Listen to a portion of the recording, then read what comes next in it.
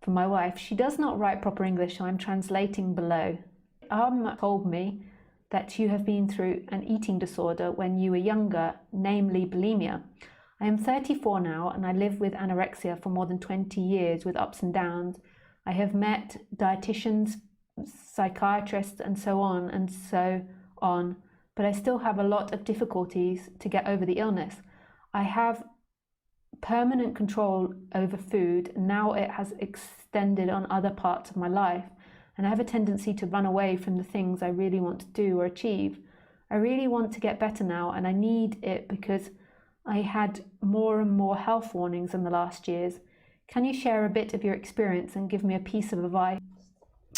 Yes, eating disorders. So I'm sure most of you know from reading my book.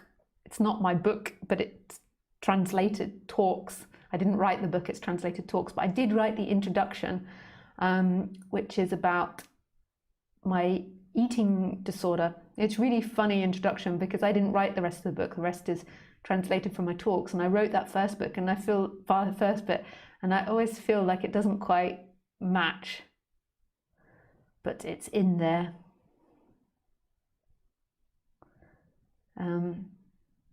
About my eating disorder. I totally forgot why it was in there, and people would come up and ask me about it, and I forget that that's in there. So the eating disorder. So yes, I had an eating disorder from quite a severe eating disorder from about the age of 15 to maybe like 20. The bulimia completely stopped when I was 20, and then I got over the other stuff by 22. But I still have to be careful with food. So I don't buy high tasting food in the house because it's just, I can control myself.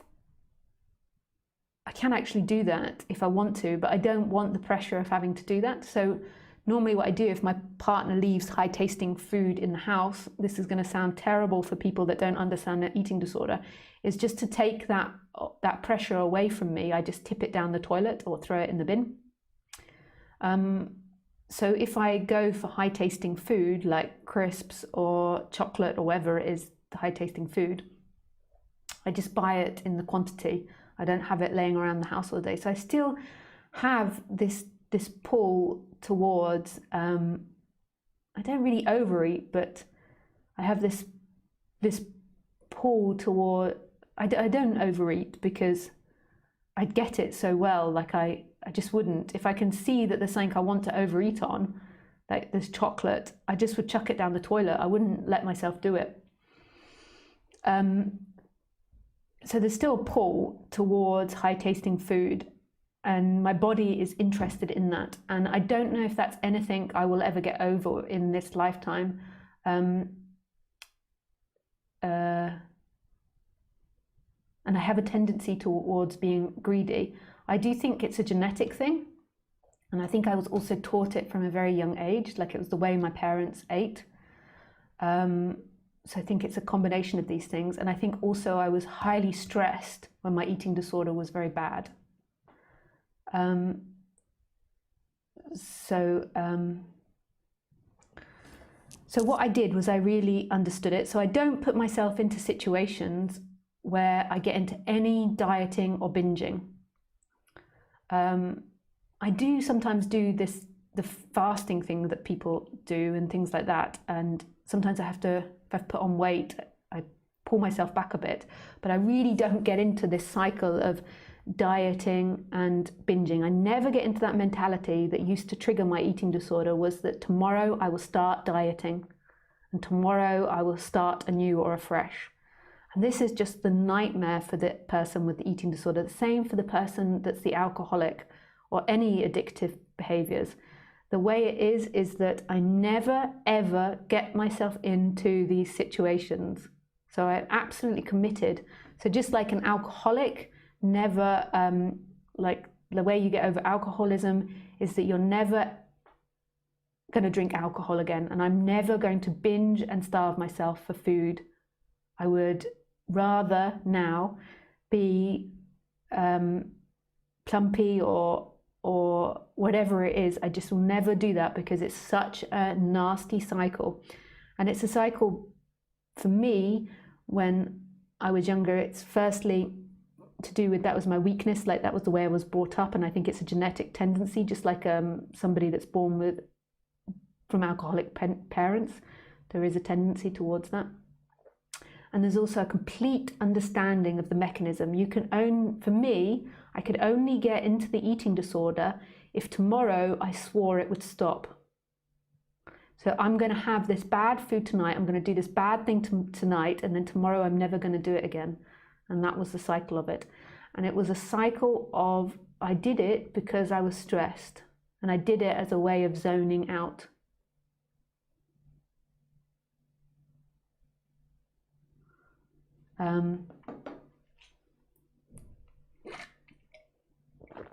And also I have that predisposition of this overeating thing, this addiction thing in the family, and then also the way my parents ate. So there's a combination of these things. So, and I never want to do that again because I know the pain in which it causes.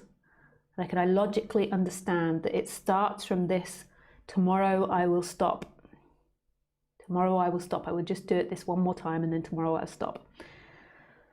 And you also have to see that it's God's will, like, and you have to break down like all your feelings and your ideas about yourself. So when I was 22, I got so annoyed with the eating disorder because I did really inherit it. You know, my parents put me, they didn't mean to, but they put me on a diet because they thought they were doing the right thing the first time when I was like 10 years old. And I remember before that, lots of the time, there'd been lots of like projection onto me about eating disorder and like losing weight, and yeah, there was just lots of issues around food. And what was I saying from that? I forget what I started talking about. Oh yeah, so when I got to 22, I was so fed up with it. My whole life there'd been this problem in the household with food that I thought, fuck it. Now, I'm not saying this is the way in which you should recover, because I had done lots of work and I was really like beginning to investigate. I'd started the meditation and everything, and I just thought, fuck it, I don't care if I'm fat anymore. I'm just going to eat whatever I feel like eating. And for 3 weeks, I've told this story before on a live stream, for 3 weeks, I ate chocolate for breakfast, lunch and dinner. Like, I just ate chocolate non-stop, every type of chocolate, like huge bars of chocolate. And in this, there was something in me that surrendered, and I just began to eat normally after that. There's something really beautiful that happened in this surrender from saying, I don't fucking care if I get... So I just started eating regularly after that.